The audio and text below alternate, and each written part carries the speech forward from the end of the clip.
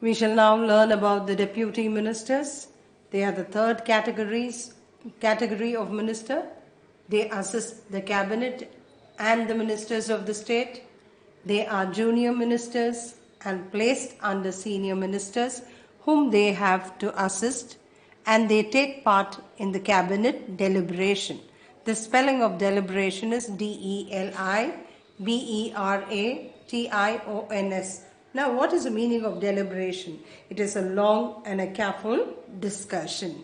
Now, you can see the pandemic situations. The deputy ministers are also involved along with the cabinet ministers in order to have a long discussion, in order to take measures, in order to prevent this, in order to advise the public, in order to take care and look into the welfare of the public. So the deputy minister is a third category of minister. Well, now you have learnt about the three categories of ministers, that is the deputy minister, the ministers of the state, and the first category, the cabinet minister. Well, we shall quickly take the difference between a council of minister and the cabinet minister.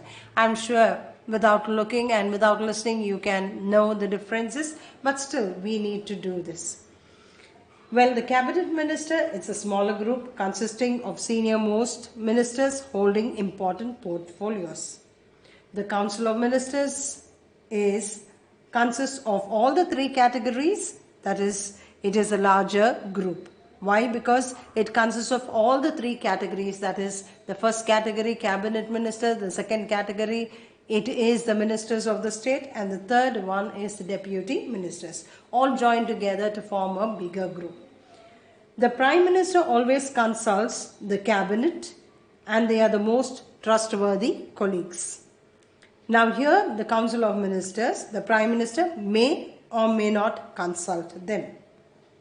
Under the cabinet ministers, they regularly meet who determine the policies of the government.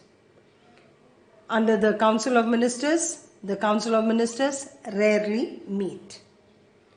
Under the cabinet minister advises the prime minister and the president. Like, for example, the proclamation of emergency in a state or a country. It is done through the cabinet. Only when the cabinet okays and passes on the message to the president proclaims an emergency in the state or a country. And the cabinet also prepares the presidential address.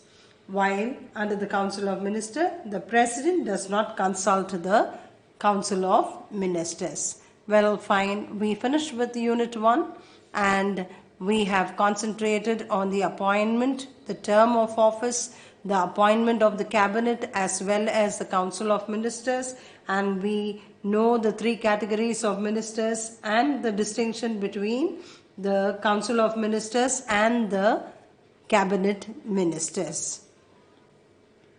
So we shall proceed on to the second unit, that is the powers of the prime minister, and wind up with collective and individual responsibility.